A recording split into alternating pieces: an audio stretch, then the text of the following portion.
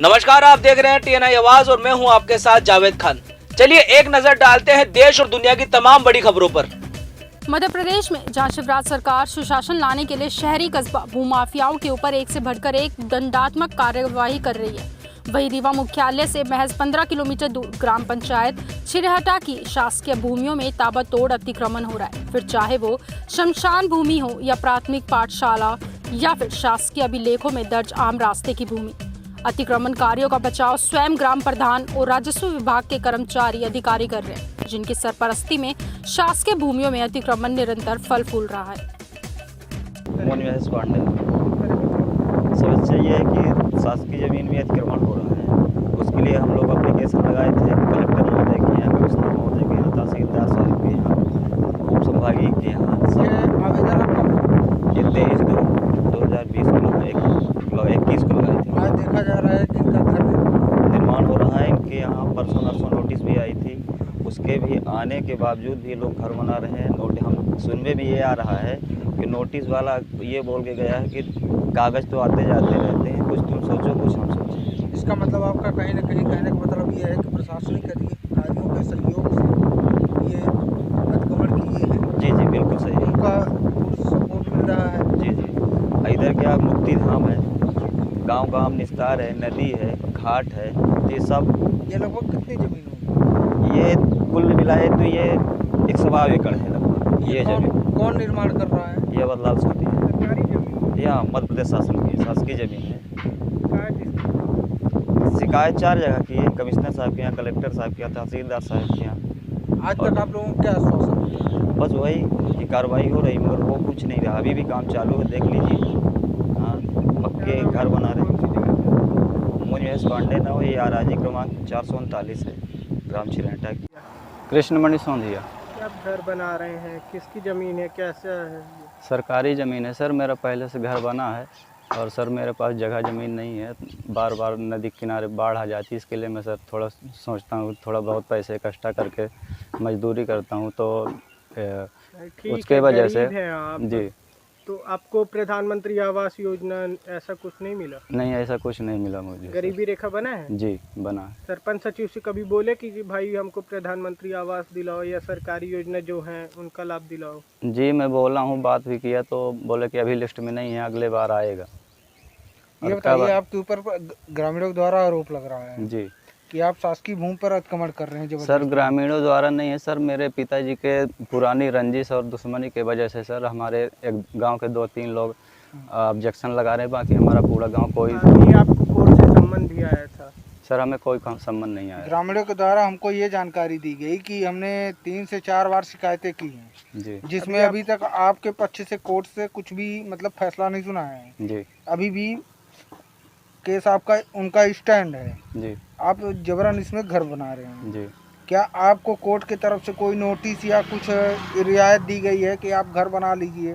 हमारे पास कोई नोटिस नहीं आई है सर। तो फिर आप किस उद्देश्य से घर बना रहे हैं? घर बना रहे हैं किसी का अधिकारी से, मतलब इसका मतलब तो कहीं ना कहीं आपको किसी न किसी अधिकारी का संरक्षण मिल रहा है। कुछ नहीं मिल रहा है सर हमें, सिर्फ हमारे पास घर नहीं है, जगह जमीन नहीं है सर, तो हम कहाँ जाएं? ऐसे सर कैसे हो सकता है कि मतलब जो केस स्टैंड है जी, आप उसमें घर अभी बना रहे आपने हैं? बोला कि कोर्ट से सम्मन आया था। हमने कब बोला सर? नहीं, अभी आपने बोला कि नहीं, इन लोगों का है सर। पिताजी के लिए आया था। नहीं, इन लोग का है सर।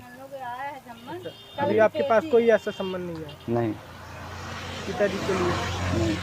क्या नाम है आपका? कृष्णमणि सोंधिया, ये कौन सा गांव कहलाता है? छिरहटा। ये कौन से आरजी नंबर है? ये तो मालूम नहीं है सर अभी हमको, लेकिन पुराना घर बना है सर पहले आप से। घर बना रहे हैं जी। आपको आरजी नंबर नहीं पता है? तो सर आराजी नंबर रकबा नंबर नहीं मालूम सर। नहीं पता।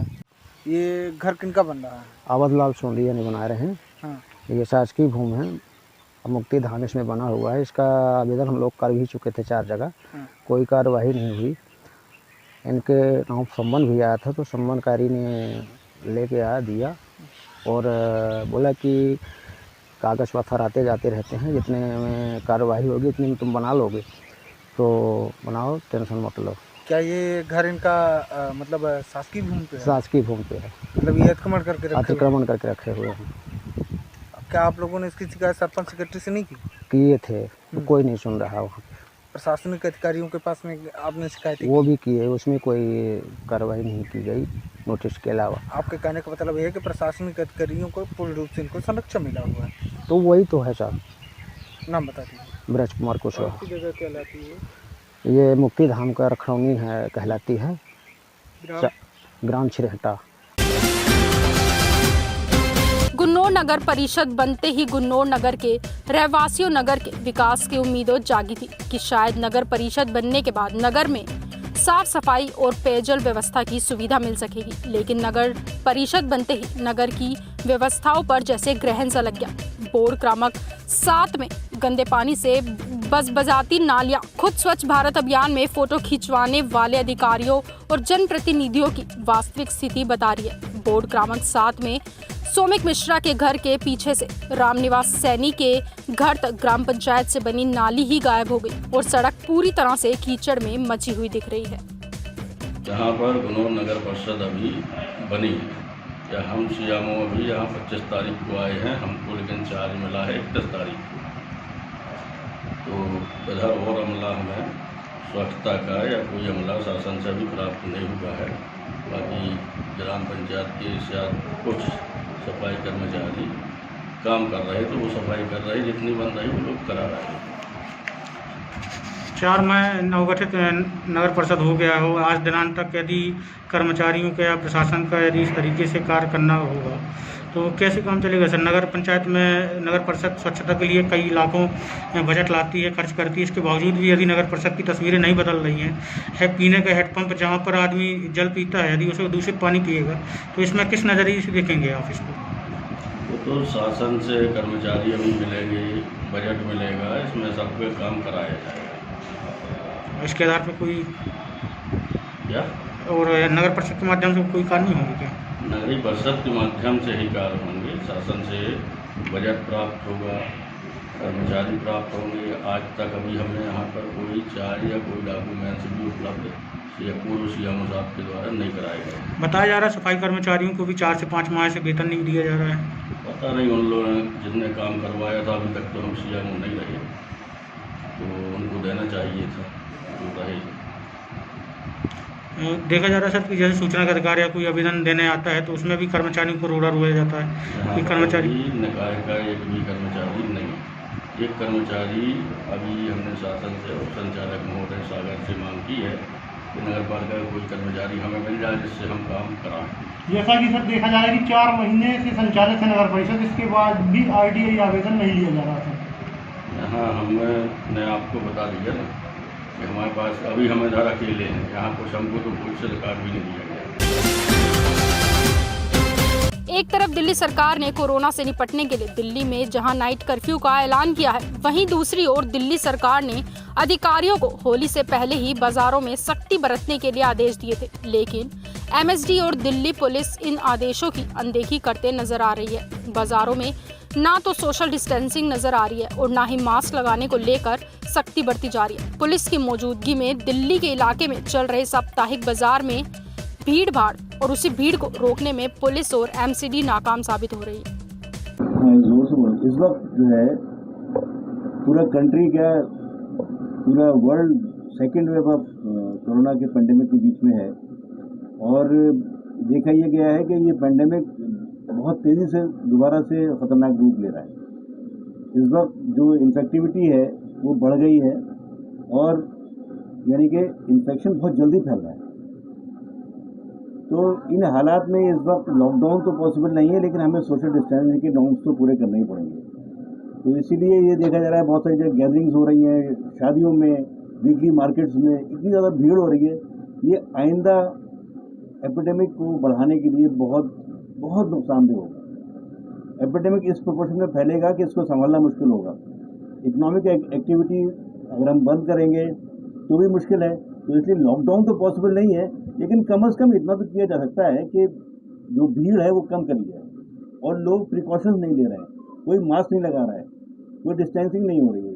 इसके बारे में सरकार को कदम उठाने चाहिए। दिल्ली के अंदर 5,500 से ज़्यादा केसेस आ रहे हैं इस समय और देखा गया है कि साप्ताहिक बाज़ारों में काफ़ी भीड़ है। इसको लेकर के दिल्ली के अंदर क्या कर रहे हैं? देखिए, सभी साप्ताहिक बाज़ारों के लिए नगर निगम ने एक एडवाइजरी जारी की है। उस एडवाइजरी में हमने कहा है कि हमारे को नाइट कर्फ्यू के समय का ध्यान रखना होगा। साप्ताहिक बाज़ार नाइट कर्फ्यू बंद होने से पहले बंद हो जाए, उठ जाए, उसकी चिंता सभी दुकानदार लोग करें। इसके अलावा जहाँ जहाँ साप्ताहिक बाज़ार लग रहे हैं वहाँ पर सैनिटाइजेशन का काम हो जाए, मास्क की व्यवस्था हो जाए। तो जो जितने भी एसोसिएशन के लोग, हमने कहा है कि वहाँ पे एक काउंटर बनाया जाए, जो जिसके पास मास्क हो उसको मास्क दिया जाए और कोशिश की जाए कि जो बगैर मास्क का आ रहा है उसको चेतावनी दी जाए, क्योंकि सबसे बड़ा इस जो कवच का काम है वो मास्क का ही है। और हम मुनादी भी करा रहे हैं कि 45 वर्ष की आयु के जितने भी लोग हैं वो टीका केंद्र में जाकर के टीका लगवाएं। 3 अप्रैल को जोनागुड़ा में फोर्स और नक्सलियों की मुठभेड़ के बाद अपहरण किए गए जवान राकेश्वर सिंह को नक्सलियों ने छोड़ दिया। बताया जा रहा है कि राकेश्वर इस समय टेरम में 168वीं बटालियन के कैंप में है। वहां उनका मेडिकल चेकअप किया जा रहा है। उन्हें कैसे, किसके साथ रिहा किया गया, कितने बजे वो कैंप पहुंचे, इन सभी बातों का भी खुलासा नहीं हो पाया। पुलिस और नक्सलियों के बीच 3 अप्रैल को हुई इस मुठभेड़ में 23 जवान शहीद हुए थे। नक्सलियों ने भी अपने 5 साथी मारे जाने की बात स्वीकार की थी। मुठभेड़ के दौरान नक्सलियों ने सीआरपीएफ के कोबरा कमांडर राकेश्वर का अपहरण कर लिया था। इसके बाद माओवादी प्रवक्ता विकल्प ने मंगलवार को प्रेस नोट जारी करा था। पहले सरकार बातचीत के लिए मध्यस्थ का नाम घोषित करे, इसके बाद उनके पास बंदी के रूप में रह रहे जवान को सौंप दिया जाएगा। तब तक वह उनकी सुरक्षा में सुरक्षित रहेगा। सुप्रीम कोर्ट ने महाराष्ट्र सरकार और उसके पूर्व गृह मंत्री अनिल देशमुख की अर्जी खारिज कर दी।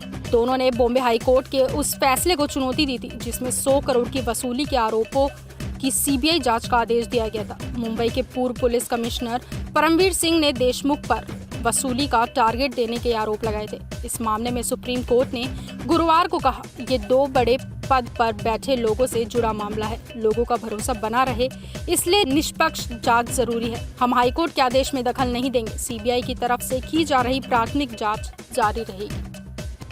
फिलहाल TNI एक्सप्रेस में सिर्फ इतना ही। देश और दुनिया की तमाम खबरों के लिए आप देखते रहिए TNI आवाज, आपकी आवाज के साथ।